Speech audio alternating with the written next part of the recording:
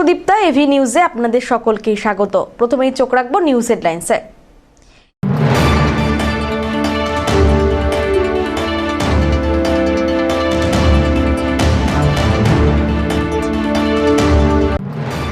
Solar চালিত পানীয় জলের যন্ত্র বিকল, দলের বিরুদ্ধে ক্ষোভ উগরে দিলেন তৃণমূল নেতা বেনুরঞ্জন সরকার।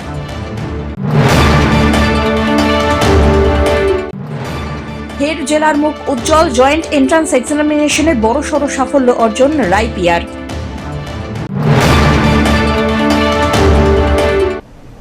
এবার আসছে বিস্তারিত সংবাদে।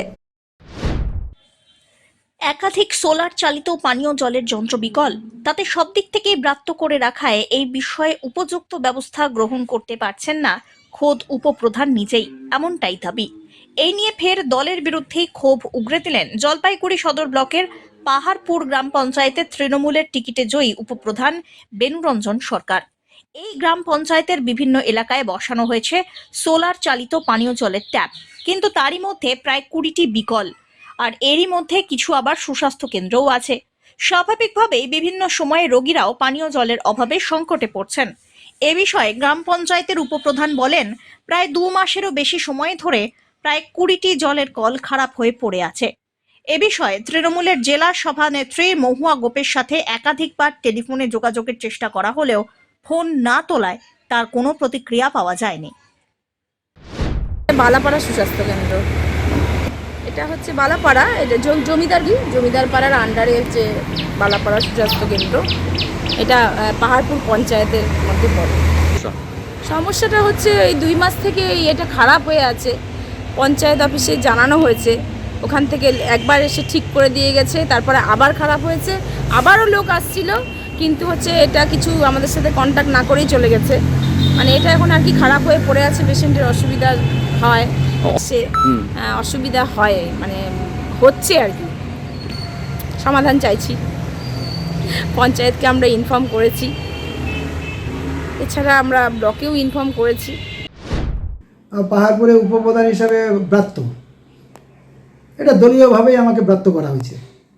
সেই জায়গায় আমি এটা নিজে উপযাচক হয়ে কিন্তু এগুলি আমি আর দেখছি না। পাবলিক সাফার করছে। আমার কথা হলো যে এটা অতি দ্রুত, যেহেতু এটা পানীয় জলের ব্যাপার, এলাকাবাসী এটা খুবই হচ্ছে, আপনার অনেক দিন থেকেই আপনার কষ্ট করছে। এই কষ্টটা লাঘব করার জন্য আমাদের একটা খুব অতি দ্রুত একটা ব্যবস্থা নেওয়া উচিত।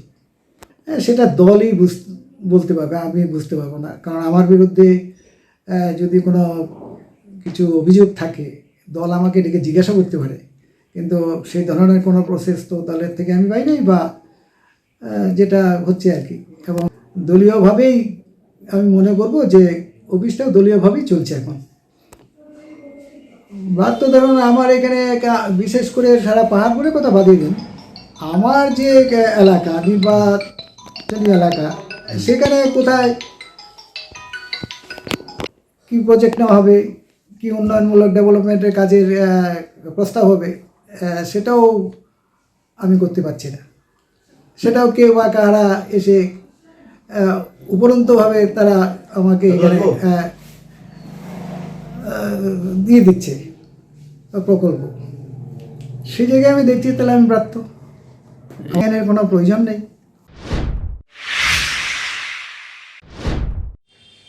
সর্বভারতীয় জয়েন্ট এন্ট্রান্স এক্সামিনেশনে বড়সড় সাফল্য রাইপিয়ার। জানা গিয়েছে, রাইপিয়া অঙ্কে 98% নম্বর পেয়ে সকলের নজর কেড়ে নিয়েছে। এই সাফল্যের পিছনে রয়েছে তার পরিবার এবং কাছের বন্ধুরা। পাশাপাশি রাইপিয়া জানান, তার সাফল্যে গৃহশিক্ষক এবং স্কুল শিক্ষিকাদের অবদান অনস্বীকার্য। পড়াশোনার পাশাপাশি গান শোনা, ছবি আঁকা এবং বাগান পরিচর্যা করতে অত্যন্ত ভালোবাসে সে। এছাড়াও ভালোবাসে আবৃত্তি করতে। সর্বভারতীয় জয়েন্ট এন্ট্রান্স এক্সামিনেশনের জন্য আলাদাভাবে কোথাও কোচিং নেয়নি রাইপিয়া, এমনটাই জানায়। স্কুলের সহযোগিতা তুলনার বাইরে। ডিগ্রি কমপ্লিট হওয়ার 4 বছর পর একটি ভালো গভর্নমেন্ট চাকরির আশা করে রাই। উল্লেখ্য, আগামী মে মাসে অনুষ্ঠিত হতে চলেছে জেইই অ্যাডভান্স, আর সেই পরীক্ষাতে বসারও সুযোগ পেয়েছে সে। মানে আমি তো সেইভাবে কিছু কোচিং নিইনি, কারণ কি আমার দিদি যেহেতু জলপাইগুড়ি ইঞ্জিনিয়ারিং কলেজে পড়ছে, 4th ইয়ার দিদি সিভিল ডিপার্টমেন্ট, তো দিদি আমাকে দেখাতো এবং আমার গৃহশিক্ষক যারা ছিলেন তারাও আমাকে যথেষ্টভাবেই সহযোগিতা করেছেন। সাথে আমার স্কুলের যে শিক্ষিকা যারা আছে তারাও আমাকে যথেষ্টভাবেই সহযোগিতা করেছেন এ বিষয়ে। যখনই আমার কোনো প্রবলেম হতো ওনারা ফোন কলের মাধ্যমে বা হোয়াটসঅ্যাপের মাধ্যমে সবসময় আমাকে চেষ্টা করতেন পড়া বুঝিয়ে দেওয়ার বা আমার কোনো প্রবলেম হলে সেই ডাউটটা ক্লিয়ার করা। কি পরীক্ষা দিয়েছিলে এবং কি আমি হচ্ছে অল ইন্ডিয়া বেসিস যেটা হয় জেমেন্স এক্সামিনেশন সেটা দিয়েছিলাম। কি হয়েছে সেখানে কত মার্ক? সেখানে হচ্ছে আমার 91% এসেছে এবং ম্যাথসে হাইয়েস্ট এসেছে 98 পয়েন্ট সামথিং। এরপরে কি লক্ষ্য রয়েছে? এরপরে তো হচ্ছে আমার যেই অ্যাডভান্সে বসার চান্স হয়েছে, তো সেটাতে তো আমি অবশ্যই বসবো আইআইটির জন্য, এবং যেটা এসেছে তাতে আমার এনআইটি শিবপুর বা এনআইটি দুর্গাপুর হয়ে যাবে। কি কি আশা করছো পরবর্তী দিকে পারিবারিক ক্ষেত্রে বা অন্য বিষয়ে? এমনি তো হচ্ছে মানে আমার যেহেতু দিদি সিভিল ডিপার্টমেন্টে আছে, তো আমার ইচ্ছা এটা নিয়ে আগানোর, কারণ কি যাতে পরবর্তীতে কোনো অসুবিধা হলে আমাকে দিদি সেই সম্পর্কে গাইড করে দিতে পারে। এবং অফকোর্স 4 বছর পর আমি চাই যাতে একটা ভালো চাকরির সুযোগ হয় আমার, এবং পরবর্তীতে বাবা মার পাশে দাঁড়াতে পারি। এবং অর্থ যে সংকট, এবং কয়েকদিন আগে যেহেতু আমার বাবার অ্যাক্সিডেন্ট হয়েছে, তো এবং আমার বাবা যেহেতু পিজি ডিপার্টমেন্টে কন্ট্রাক্টরে আছে, তো যেহেতু বিলপত্রের একদম ভালো অবস্থা নেই, তো সেই জন্য যাতে হচ্ছে পরবর্তীতে আমি বাবা মাকে অর্থ কিছু দেওয়ার মাধ্যমে এবং বাবা মার পাশে দাঁড়াতে পারি, আমার এটাই আশা 4 বছর পর যাতে আমি একটি ভালো চাকরি পেতে পারি। আপনাদের থেকে পিএইচিতে একটা সমস্যা রয়েছে বিল নিয়ে, অনেকদিন থেকে আন্দোলন চলছে, তার মাঝখানেও একটা সুখবর, আপনার মেয়ে এত ভালো সুখবর হয়েছে, এতে খুবই আনন্দিত আমরা সবাই। আর কি মেয়েকে যাতে পড়াতে পারি, সে যদি বিলপত্র পাই পড়ানোর আগাইতে পারি, সেই সুযোগটা যদি পারি তো চেষ্টা করব, যতদূর চেষ্টা পারি করতে থাকবো। মেয়েকে তো পড়াতে হবেই। ইঞ্জিনিয়ারে করতেছে এখন, ছোটটা যদি ভালো একটা জায়গায় যাইতে পারে চেষ্টা করব। আর বিলপত্র তো 2 বছর ধরে বিলপত্র নাই, এর মধ্যেই আমাদের সংসার এইভাবে চলতেছে অভাবে। এখন তার মধ্যে আমার একটা অ্যাক্সিডেন্ট হয়ে গেছিলো, স্কুটির মধ্যে স্লিপ করে পড়ে গেছিলাম। যাক, ওটা তো হয়ে গেছে, এখন দেখা যাক ছোটো মেয়ের ভবিষ্যৎটা চেষ্টা করি কত দূর আগাতে পারি। কীভাবে সাহায্য করো? বোনকে সাহায্য বলতে, যেহেতু আমি সিভিল ইঞ্জিনিয়ার, আমি নিজেও ইঞ্জিনিয়ারিং পড়েছি, তো বোনকে আমি ট্রাই করি যাতে কিভাবে কেমনভাবে প্রিপারেশন নিলে ও ভালো মতো হচ্ছে করতে পারে, এক্সামে দিতে পারে নিজের বেস্টটা, তো সেভাবে গাইড করা। আর সাথে যেহেতু 12 আছে, তো আমরা সবাই চাই যে 12-এর পরেই যাতে কোথাও একটা চলে যায় ড্রপ না দিয়ে, তো ওভাবে আমি ট্রাই করি ওকে ম্যাথসে, ফিজিক্স কেমিস্ট্রিতে হেল্প করার, যাতে ও পারে আর আইআইটিটা ক্র্যাক করতে পারে। ও ছোটো থেকে বলতে যখন থেকে দেখেছে আমাকে যে আমি ইঞ্জিনিয়ারিং লাইনে এসেছি, তখন থেকে ওর স্বপ্ন যে এনআইটি বা আইআইটিতে পড়বে, তো ওর জন্য আমি যতটা পারতাম ওকে সাহায্য করতাম, বাকি ও নিজের এফোর্ট দিয়ে আজকে এই জায়গায় এসেছে 12-এর সাথে সাথে। অমিত বণিকের রিপোর্ট।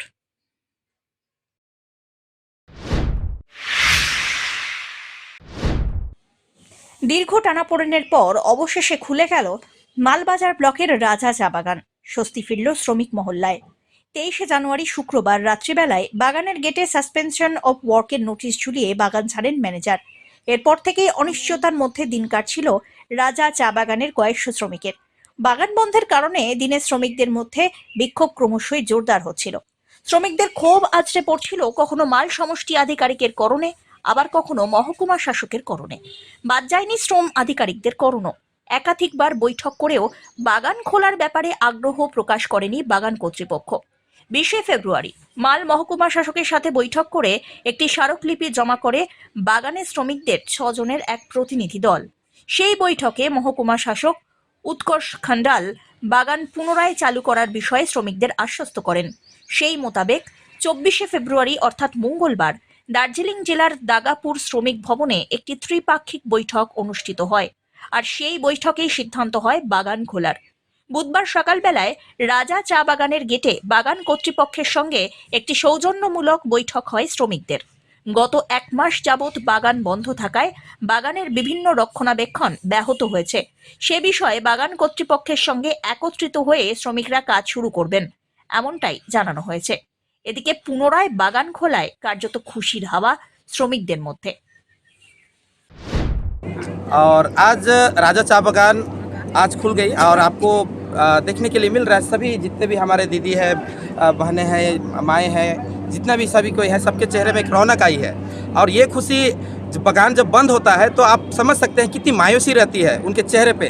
और आज बागान खुलने पे इनके चेहरे पे साफ झलक रहा है कि कितने खुश हैं, क्योंकि बागान ही हम लोगों का एक जीने का एक माध्यम है, हमारा जीवन गुजारने का एक माध्यम है और कमाने का एक माध्यम है, जिससे हमारा पूरा परिवार चलता है। और आज 1 महीना के बाद पुनः राजा चाय बागान खुलने पे सभी खुश हैं और हम सभी को धन्यवाद देना चाहेंगे कि जितने भी हमारे वर्कर हैं राजा चाय बागान के, उनका एकजुटता और सबका एक साथ सपोर्ट की वजह से आज हम ये कर पाए और आज बागान खुल पा रहा है। और मैनेजमेंट को हम लोग दबाव दे पाए, गवर्नमेंट को दबाव दे पाए, जिसकी वजह से आज बागान खुल गया। और जो कल मीटिंग हुआ दगापुर श्रमिक भवन में देर 9 बजे तक, और इस पे जो शर्त को लेके बार बार जो मीटिंग विफल होता था, जैसे यहाँ पे आपको पता है कि 45 एकड़ जो ज़मीन जो टी टूरिज्म के लिए मैनेजमेंट की ओर से प्रस्ताव गया था, हमने बार बार ये कहा था कि जो टी टूरिज्म का पॉलिसी है ये बागान के अंदर बागान के हितकारी के लिए नहीं है। और उन्होंने एक बात कहा था कि ये गवर्नमेंट का पॉलिसी है और हमने गवर्नमेंट के पास अप्लाई किया है। तो हमने कहा ठीक है, अगर ये गवर्नमेंट का पॉलिसी है तो अब गवर्नमेंट लेवल में ही इसके लेकर डिस्कस करेंगे, क्योंकि बागान वर्कर का है और बागान जितने भी जो चाय बागान के अंदर रहते हैं उनका सहमति भी बहुत ज़रूरी है, क्योंकि उनके लिए कोई प्रोजेक्ट होता है तो उनका सहमति बहुत ज़रूरी है, जिसको लेकर ये प्रॉपर फोरम में बात होने के लिए सहमति हुआ है, जिसको लेकर आज मैनेजमेंट भी माना। और आज हम बागान को उसी शर्त पे खोले कि इस बात को लेकर हम प्रॉपर फोरम में बात होगी। कल उस बात को लेकर साफ क्लियर कहा गया कि ये प्रॉपर फोरम में बात होने के बाद ही वो आगे बढ़ेगी, वरना नहीं बढ़ेगी। तो इसको लेके स्पष्ट कहा गया है। साथ ही जो का जो पेमेंट था वो 27 तारीख को जो पेमेंट देने के लिए कंफर्म हुआ है। और बागान को जितना भी अभी 1 महीना से बंद था, तो बागान को सुचारू रूप से चलाने के लिए जो बागान की वर्कर की ओर से पूरा कॉपरेट रहेगा, शांतिपूर्ण ढंग से बागान चलेगा, जिसको लेकर सभी सहमत हुए। और उस सबको मानते हुए हम आज इस बागान को खोल पाए हैं। और दीदी 1 महीना बाद आप लोगों का बागान खुल गया, कैसा लग रहा है? बहुत खुशी लग रहा है। काम चल रहा है अभी ना? हाँ, अभी काम चल रहा है। कोई प्रॉब्लम? बागान इतना दिन बंद है, बहुत मेंटेनेंस भी नहीं हुआ है, तो इसका बारे में क्या बोलेंगे अभी? बहुत असुविधा हुआ हम लोग का, पेमेंट नहीं मिला, कमाया हुआ पेमेंट नहीं मिला। 27 तारीख देने वाला बात है, देने से बहुत अच्छा होगा। बहुत लेबर लोग के पास में अभी पैसा नहीं है, खाने पीने के लिए बहुत असुविधा है। 3 बच्चा लोग स्कूल जाता है, उसका एडमिशन में सब रुक गया है, किसी से धार लेके भी किया है, और बहुत बच्चा सबका एडमिशन सब रुक गया है। बीमार है घर में, वो लोग का लिए भी दवा हुआ खरीदना बहुत मुश्किल हो गया था। অল্পের জন্য প্রাণে রক্ষা পেলেন 2 সাইকেল আরোহী। নিয়ন্ত্রণ হারিয়ে একেবারে বাড়ির ভেতরে ঢুকে পড়ল মাল বোঝাই লরি। চাঞ্চল্য ছড়ালো এলাকায়। ঘটনাটি ঘটেছে ধূপগুড়ি মহকুমার বামুনি ব্রিজ সংলগ্ন 48 নম্বর এশিয়ান হাইওয়ে এলাকায়। স্থানীয় সূত্রে জানা যায়, মঙ্গলবার রাত প্রায় 11টা নাগাদ গয়ের কাটা থেকে ধূপগুড়ির দিকে আসছিল একটি মাল বোঝাই লরি। হঠাৎই নিয়ন্ত্রণ হারিয়ে লরিটি দ্রুত গতিতে রাস্তার ধারে দাঁড়িয়ে থাকা 2 সাইকেল আরোহীকে ধাক্কা মেরে একটি বাড়ির ভেতর ঢুকে পড়ে। ঘটনায় এলাকায় ব্যাপক চাঞ্চল্য ছড়ালেও বড়সড় প্রাণহানির ঘটনা ঘটেনি। খবর পেয়ে দ্রুত ঘটনাস্থলে পৌঁছয় ধূপগুড়ি দমকল বাহিনী ও পুলিশ। আহত 2 সাইকেল আরোহীকে উদ্ধার করে ধূপগুড়ি হাসপাতালে নিয়ে যাওয়া হয়। প্রাথমিক চিকিৎসার পর তাদের ছেড়ে দেওয়া হয়েছে বলে জানা গেছে। ঘটনার পর দুর্ঘটনাগ্রস্ত লরিটি উদ্ধারের কাজে নেমেছে ধূপগুড়ি থানার পুলিশ। কিভাবে লরিটি নিয়ন্ত্রণ হারায় তা খতিয়ে দেখা হচ্ছে। রাত্রি 10টার পরে 11টার দিকে। আচ্ছা, মানে একমাত্র তুমি এখানে ছিলে দাঁড়িয়ে? আমি আর একটা বন্ধু ছিল সেই সময়। তো কেমন, মানে কিভাবে ঘটলো এই ঘটনাটা একটু? ঘটনাটা ওই গাড়িটা আসলো ওই দিক থেকে, ঠাকুরবাড়ির ওই দিক থেকে, মানে খুব গতিতে আসছে গাড়িটা। মানে লিমিশিয়ে মাথায় ওখান থেকে ভাগারও কোনো চান্স নাই। আমাকে তো ওই যে পায়ে ধাক্কা মারিয়া ছিটকে দিচ্ছে। তুমি আহত হয়েছো? হ্যাঁ। তো তোমার চিকিৎসার ব্যবস্থা করেছে কেউ? চিকিৎসার তো কোনো ব্যবস্থা নেই, ওই রাত্রে গেছি গায়ে ওখানে ওষুধ লাগাই দিচ্ছে। আর সাইকেলটি তোমার? সাইকেলটা ওই যে ভাঙিয়ে পড়ে আছে, মোবাইলটা ফাটে গেছে। কয়জন ছিলে? এই পড়ে যাওয়াতে মোবাইল দিয়ে ঘুরে হয়ে গেছে।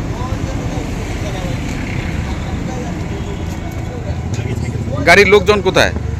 গাড়ির লোকজন কোথায় গেছে কি করে বলবো, আমি তো তখন আহত হয়ে গেছি। তোমাকে কে নিয়ে যায় হাসপাতালে?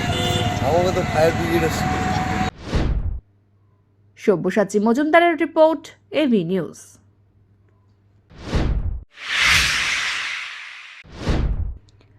ভোট আসলেই যেন উন্নয়নের গতি বাড়ে। নির্বাচন যত এগিয়ে আসে ভোটদাতারা যেন তত প্রিয় হয়ে ওঠে। সাধারণ নাগরিকদের কথা মাথায় রেখে চলে একাধিক কর্মসূচি। রাজগঞ্জের বিন্নাকুড়ি গ্রাম পঞ্চায়েতের মহামায়া কলোনি এলাকায় 1.5 কিলোমিটার পাকা রাস্তার কাজের শিলান্যাস করলেন বিধায়ক খগেশ্বর রায়। জলপাইগুড়ি জেলা পরিষদের তরফে 24 লক্ষ টাকার ব্যয়ে তৈরি করা হবে এই রাস্তা। পাশাপাশি এদিন আমবাড়ি ফালাকাটা চিন্তামোহ উচ্চ বিদ্যালয়ে মুক্ত মঞ্চের নির্মাণ কাজ এবং শাহুডাঙ্গি এলাকায় পাকা ড্রেন তৈরির কাজেরও সূচনা করেন বিধায়ক। বিন্নাগুড়ি অঞ্চলে তিনটি জায়গায় ওই এলাকায় যারা জনগণ আছেন আদিবাসী প্রত্যেকের দীর্ঘদিনের দাবি, যেমন আমবাড়ি চিন্তামোহন হাই স্কুলের সেই ম্যানেজিং কমিটির সভাপতি থেকে শুরু করে ওই বিদ্যালয়ের প্রধান শিক্ষক শঙ্কর মণ্ডল থেকে শুরু করে বহু বছর থেকে দাবি একটা মুক্ত মঞ্চ। তার জন্য বিধায়ক এলাকা তহবিল থেকে প্রায় 5 লক্ষ টাকা ব্যয়ে সেই মুক্ত মঞ্চ করে দেওয়া হলো এবং তার শিলান্যাস করে দেওয়া হলো। তারপরে এই এলাকার আমাদের কামারভিটা, যেখানে পূজা হয় কামারভিটা, এই এলাকার লক্ষ্মী মন্দির, এই এলাকারও দীর্ঘদিন যখনই আমরা আসি, আমি শুধু না, আজকে জেলা পরিষদ আমরা যখন যে কোনো প্রোগ্রামে আসি, এই এলাকার দীর্ঘদিনের দাবি যে রাস্তাটা লাগে। তার জন্য মুখ্যমন্ত্রী মাননীয় মমতা ব্যানার্জি অনুপ্রেরণায় এবং আমাদের জলপাইগুড়ি জেলা পরিষদের উদ্যোগে এবং ব্যবস্থাপনায় প্রায় 54,50,000 টাকা ব্যয়ে প্রায় 1.5 কিলোমিটার রাস্তা আমাদের শিলান্যাস করা হলো। তারপরে এখান থেকে আমরা চলে যাব শাহডাঙ্গিতে, সেখানে রামকৃষ্ণ আশ্রম যেখানে আছে সেখানে প্রায় 2 কিলোমিটার একটা বিরাট ড্রেন হবে, সেখানে উদ্বোধন হবে। বুধবার সন্ধ্যাবেলায় জলপাইগুড়ির অরবিন্দ অঞ্চলের রাস্তায় সহায়ক মূল্যে আলু কেনার দাবিতে রাস্তায় আলু ফেলে বিক্ষোভ দেখালেন বিজেপির কিষাণ মোর্চার সদস্যরা। কিষাণ মোর্চার রাজ্য সভাপতি রাজীব ভৌমিকের নেতৃত্বে চলে বিক্ষোভ। বর্তমানে আলুর বাজার দর তলানিতে, কৃষকদের উৎপাদন খরচ উঠছে না, এমনটাই অভিযোগ করা হয়। এই অবস্থায় রাস্তায় আলু ফেলে বিক্ষোভ দেখানোর পাশাপাশি রাজ্য সরকারকে সহায়ক মূল্যে আলু কেনার দাবি জানিয়েছেন কিষাণ মোর্চার সদস্যরা।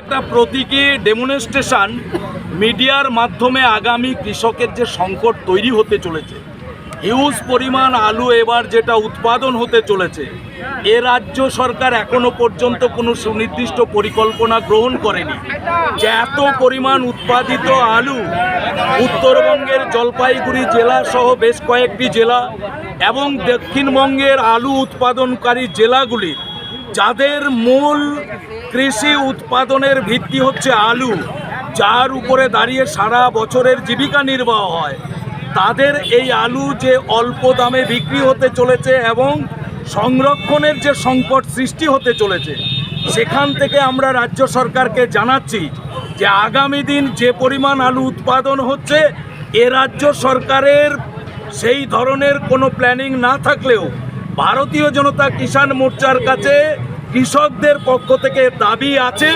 যেবার যে আলু উৎপাদন হচ্ছে, এখন এই আলুর দাম যেভাবে জলের দামে পরিণত হয়েছে, কৃষককে আগামী দিন এই আলু একটা নির্দিষ্ট মূল্যে যদি সরকার ক্রয় না করে, তাহলে যে পরিমাণ খরচ হয়েছে, যত পরিমাণ টাকা সমবায় এবং মহাজনের কাছ থেকে চড়া সুরে নিতে হয়েছে, তাহলে একটা হিউজ পরিমাণ কৃষককে আত্মহননের রাস্তা ছাড়া বিকল্প কিছু থাকবে না। সেই জায়গায়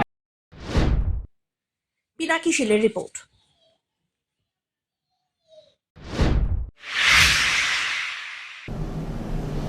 নিয়ে নিচ্ছে ছোট্ট একটি বিরতি, ফিরে আসছি বিরতির পর, সঙ্গে থাকুন।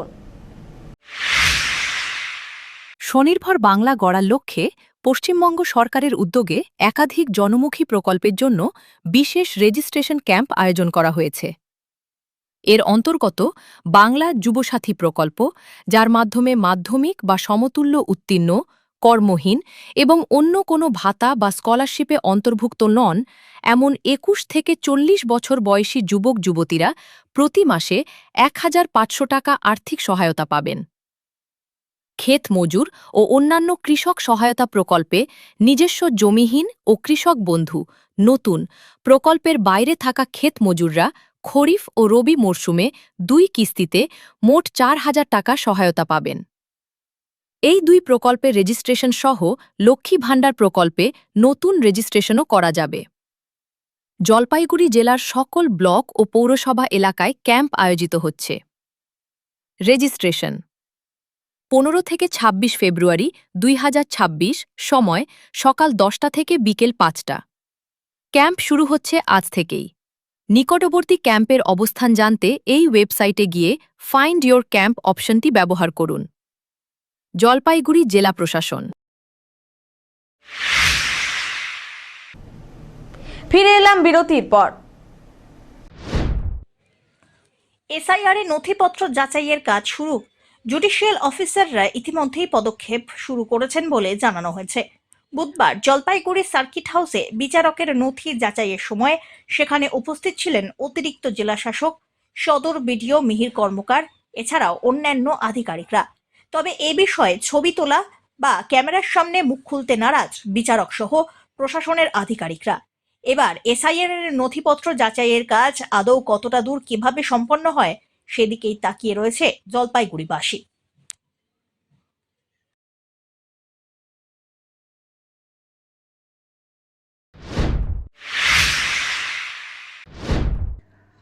রাজনৈতিক সমীকরণে বড়সড় পরিবর্তন। তৃণমূল নেতা কৃষ্ণ দাসের উদ্যোগে বিজেপি সহ অন্যান্য রাজনৈতিক দল ছেড়ে জলপাইগুড়ি সদর ব্লকের নগর বেরুবাড়ি গ্রাম পঞ্চায়েতের ২৭টি পরিবারের প্রায় ১০০ জন মানুষ তৃণমূল কংগ্রেসে যোগদান করেছেন।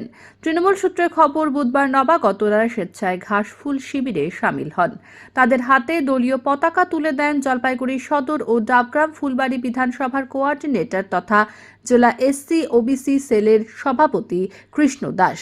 নবাগত কর্মীদের স্বাগত জানিয়ে কৃষ্ণ দাস বলেন, রাজ্য সরকারের উন্নয়নমূলক কাজে অনুপ্রাণিত হয়েই সাধারণ মানুষ তৃণমূল কংগ্রেসে আস্থা রাখছেন।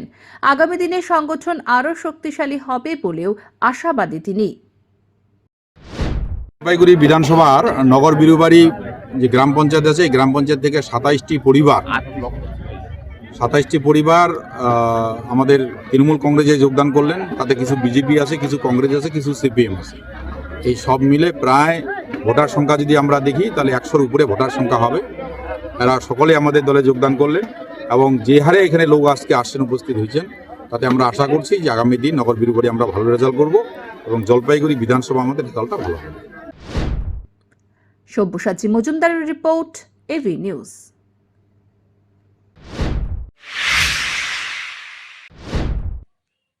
টেলিস্কোপে মহাকাশ দর্শন উচ্ছ্বসিত ধূপগুড়ির পড়ুয়ারা।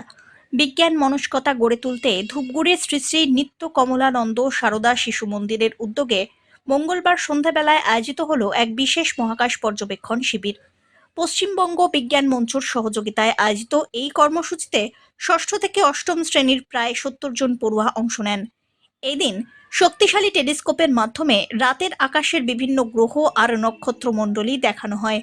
পাশাপাশি প্রজেক্টরের সাহায্যে মহাকাশ, গ্রহ, উপগ্রহ, মহাবিশ্বের বিবর্তন সম্পর্কে সহজ ভাষায় আলোচনা করলেন বিশেষজ্ঞরা। পাশাপাশি পড়ুয়াদের নানা প্রশ্নের উত্তর দেওয়া হয়। বিদ্যালয় কর্তৃপক্ষ জানান, বইয়ের বাইরে বাস্তব অভিজ্ঞতার মাধ্যমে বিজ্ঞান চর্চা বাড়াতেই এই বিশেষ উদ্যোগ। অভিভাবকদের মতে ধূপগুড়ির মতো এলাকায় এমন আয়োজন অত্যন্ত প্রশংসনীয়। আগামী দিনে এই ধরনের প্রোগ্রামের আয়োজন করলে পড়ুয়াদের আরও ভালো হবে বলেও জানানো হয়। আজ শ্রী নিত্য কমলানন্দ সারদা বিদ্যা মন্দিরের পক্ষ থেকে আমাদের ৬ষ্ঠ, ৭ম এবং ৮ম শ্রেণীর ভাই ও বোনেদের নৈশকালীন কালাংশ ৫:৩০ থেকে ৮:৩০ পর্যন্ত। তো আজকে পশ্চিমবঙ্গ বিজ্ঞান মঞ্চের সহযোগিতায় মহাকাশ পর্যবেক্ষণের কার্যক্রম রাখা হয়েছে। এখানে একটা প্রজেক্টরের মাধ্যমে আমরা এখানে বিভিন্ন মহাকাশের মহাজাগতিক বিষয়গুলো তুলে ধরেছেন আমাদের পশ্চিমবঙ্গ বিজ্ঞান মঞ্চের মাস্টারমশাই যারা এসছেন তারা, এবং তারপর টেলিস্কোপের মাধ্যমে আমাদের চন্দ্র এবং বৃহস্পতি তাদেরকে দেখানো হয়েছে। এইভাবে বেশ ভাই বোনেরাও খুব উৎসাহের সাথে আজকের এই কার্যক্রমে অংশ নিয়েছি, এবং অভিভাবক অভিভাবিকা আচার্য আচার্যা সকলেই সকাল থেকে আজকের এই কার্যক্রমের আয়োজনে ব্যস্ত ছিল। তো আজকের কার্যক্রম একদম 100% সফল, খুব ভালো হয়েছে, এবং বিদ্যালয়ের পক্ষ থেকে পশ্চিমবঙ্গ বিজ্ঞান মঞ্চের সমস্ত সদস্যদেরও অসংখ্য ধন্যবাদ। দারুণ দারুণ, আমি ছোট থেকে বড় হলাম, আমরা কোনোদিনও এটা উপভোগ করতে পারিনি। তো মেয়ের দৌলতে পারলাম, এই সারদা শ্রী শ্রী নিত্য কমলানন্দ সারদা শিশু তীর্থের দৌলতে আমরা দেখতে পেলাম, বেশ ভালো লাগলো। এটা যদি আরও কন্টিনিউ হয়, আগামী দিনে আরও বাচ্চারা যখন ছোট থেকে বড় হচ্ছে তারাও জানতে পারবে, ভালো লাগলো বেশ। সব্যসাচী মজুমদারের রিপোর্ট।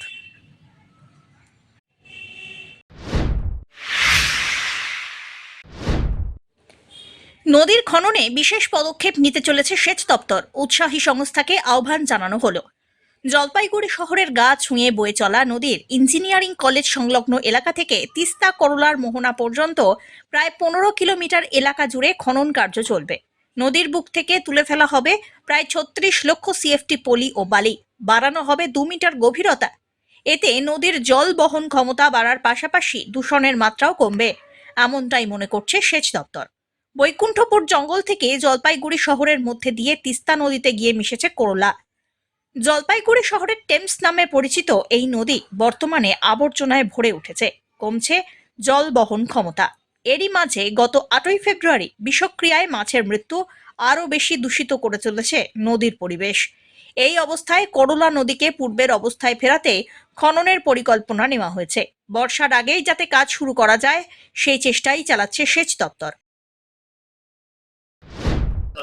এটা অনেকটাই অগ্রগতি হয়েছে, আমরা চেষ্টা করব এই বর্ষার আগেই কাজটাকে শুরু করে এবং অনেকটা করে ফেলার, তাহলে একটু উপকার হবে। এটা সম্প্রতি আরএফপি অর্থাৎ রিকোয়েস্ট ফর প্রপোজাল ইনভাইট হয়েছে, এবং সেটা কলকাতা থেকে হয়, আমাদের সেন্ট্রাল টেন্ডার ইউনিট আছে সেখান থেকে হয়েছে। এটা ঠিক মতো আমরা ভেন্ডার পেলে তারপরে আমরা ওয়ার্ক অর্ডার দিয়ে নামিয়ে দিতে পারবো। এটা 15 কিলোমিটার ইঞ্জিনিয়ারিং কলেজ থেকে কনফিডেন্স অব্দি, তিস্তা করলার যে কনফিডেন্স এই অব্দি আছে। এটা ভলিউমটা প্রায়, এই মুহূর্তে ডিপিআরটা আমার হাতে নেই, 2 লক্ষ কিউবিক মিটার তো হবে। নাব্যতাও বাড়বে, জলের ফ্লোটা বাড়বে, ভেলোসিটি বাড়বে, দূষণের উপকৃত হবে। সম্প্রতি মাছের দূষণের ফলে মাছ বোধহয় মরে গেছিল, এরকম একটা খবর আমরা পেয়েছি। তো যখনই দূষণ কমবে তখন ওই ধরনের সমস্যাগুলো, কেন উপরে তো কোথাও না কোথাও বাগান ইত্যাদিতে কেমিক্যাল এবং অন্যান্য আরো কিছু ফ্যাক্টরি আছে কিনা আমাদের নলেজের বাইরেও থাকতে পারে, যে সমস্ত পেস্টিসাইড ইউজ করছে তার একটা এফেক্ট পড়ছে। তো যখন জলের কোয়ান্টিটি বাড়বে তখন দূষণের মাত্রাও কমে যাবে। অবশ্যই, কেন কি এই জলটাই তো মানুষজন চান করে বা গরু বাছুর খায়, গবাদি পশুরা খায়, ব্যবহার করে, অনেকেই স্নান টান করে, কাপড় ধুতে হয়, সেই দিকেও উন্নতি হবে অনেক। মাননীয় মুখ্যমন্ত্রী মমতা বন্দ্যোপাধ্যায়কে আমি নতমস্তকে প্রণাম জানাই এবং মানে আমার কৃতজ্ঞতা জানাই এই 15 কিলোমিটার করলা খননের জন্য। এবং এতে নাব্যতা বৃদ্ধি হলে জলপাইগুড়ি শহরের জলবদ্ধতা যেটুকু আছে সেটুকু কমে যাবে। গত বছর তুলনায় এবছর আপনি দেখবেন আরো জলবদ্ধতা কমছে জলপাইগুড়িতে, কারণ আমরা হাইড্রেনগুলোকে খুব সুন্দর করে কেটে দিচ্ছি। আরেকটা বিষয় যেটা হচ্ছে তিস্তারও একটু খননের প্রয়োজন আছে, যদিও তিস্তা বিরাট বিস্তৃত জায়গা। হ্যাঁ, কেন্দ্রীয় সরকার তো গঙ্গা অ্যাকশন প্ল্যান করেও কিছু করতে পারলো না, তিস্তার জন্য কিছু করেনি। তারপর হচ্ছে ব্রহ্মপুত্র অ্যাকশন প্ল্যান ফেল করে গেছে কেন্দ্রীয় সরকারে, ওদের তো ফেলিওরের পর ফেলিওর। কিন্তু মাননীয় মুখ্যমন্ত্রী তিস্তা আর তার সাথে একটু আমি সেচ দপ্তরকে বলবো একটু গদাধর খালটা কিন্তু বন্যার পরবর্তীতে তো পলির আস্তরণ পড়ে রয়েছে, সেচ দপ্তরও চাইছে দ্রুত খনন, এই প্রক্রিয়াটা কি চাইছেন? আমরা অবশ্যই আমরা চাইছি, সেটা চাইছি, কিন্তু রাজ্য সরকারের 1,93,000 কোটি টাকা আটকে রেখেছে। কেন্দ্রীয় সরকারের নদী নিয়ে সমস্ত পরিকল্পনা ব্যর্থ হয়েছে। যমুনা দেখুন কি অবস্থা, গঙ্গা অ্যাকশন প্ল্যান কেন্দ্রীয় সরকার ব্যর্থ হয়েছে। আজকে সেই জায়গায় দাঁড়িয়ে তবুও আমি বলবো মাননীয় মুখ্যমন্ত্রী যদি পারেন কিছুটা তিস্তার খনন করা, এটা একা রাজ্যের পক্ষে সম্ভব না, কারণ তিস্তা অত্যন্ত বিস্তৃত জায়গা। রাজ্য সেচ দপ্তর চেষ্টা চালাচ্ছে। আর এছাড়াও এই যে বালুর যে রয়্যালটি করে দিচ্ছে, বালু যে অটোমেটিক যারা তুলছে তাতে তো অনেকটা পলি রিমুভাল হচ্ছে। সংস্কারের অভাবে মজে যাওয়া করলা নদীকে সেচ দপ্তরের এই পদক্ষেপে অত্যন্ত খুশি পরিবেশ প্রেমীরা। না, আমরা দীর্ঘদিন ধরে দাবি করছিলাম করলা সংস্কারের ব্যাপারে। তা সেচ দপ্তর থেকে এখন যে ইয়েটা করছে, সংস্কারের কাজটা করছে, এতে খুব ভালো হবে। পরিবেশটাও ভালো থাকবে এবং মাছেরও খুব ভালো হবে। এটা খুব ভালো উদ্যোগ নিয়েছে সেচ দপ্তর থেকে। এটাকে সমর্থন করি। এটা জলপাইগুড়িবাসীর কাছে অত্যন্ত আনন্দের যে করলা তার প্রাণ ফিরে পাবে। 68 বন্যার পর থেকে পলি জমতে জমতে করলা প্রায় মৃত অবস্থা একটি নালায় পরিণত হয়েছে। সেই সঙ্গে সঙ্গে আমরা অনুরোধ করব সেচ দপ্তরের কাছে যে তিস্তা নদীকেও খনন করা দরকার, কারণ সিকিমের যে জলাধারগুলো রয়েছে এবং বিশেষজ্ঞরা মতামত দিয়েছেন, আমরা খবরের কাগজে বা টিভির পর্দায় দেখেছি যে পুরো হিমালয় অঞ্চলটাই ভূমিকম্প প্রবণ। যদি সেরকম ভূমিকম্প হয় এবং জলাধার যদি বাস্ট করে এবং জল যদি একবারে নেমে আসে, তাহলে শিলিগুড়ি জলপাইগুড়ি জেলা ধ্বংস হয়ে যাবে। অতএব তিস্তাকে যদি খনন করে তার নাব্যতা যদি বৃদ্ধি না করা যায়, তাহলে উত্তর বাংলার পক্ষে অত্যন্ত বিপজ্জনক বলে আমি ব্যক্তিগতভাবে মনে করি। অতএব করলা নদী সংস্কারের সঙ্গে সঙ্গে আমরা সেচ দপ্তরকে অনুরোধ করব যেন তিস্তার খনন কার্য তারা অবিলম্বে শুরু করে। পিনাকি শীলের রিপোর্ট।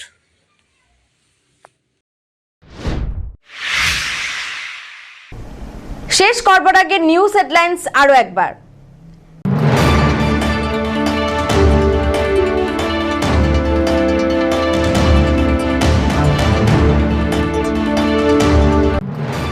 সোলার চালিত পানীয় জলের যন্ত্র বিকল, দলের বিরুদ্ধে ক্ষোভ উগরে দিলেন তৃণমূল নেতা বেনুরঞ্জন সরকার।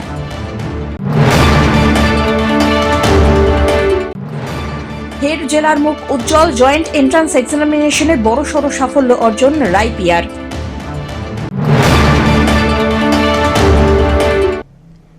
এখনকার মতন এভি নিউজ এ পর্যন্তই। পরবর্তীতে আসছি আরো সংবাদ নিয়ে। দেখতে থাকুন আমার ভিশন। নমস্কার।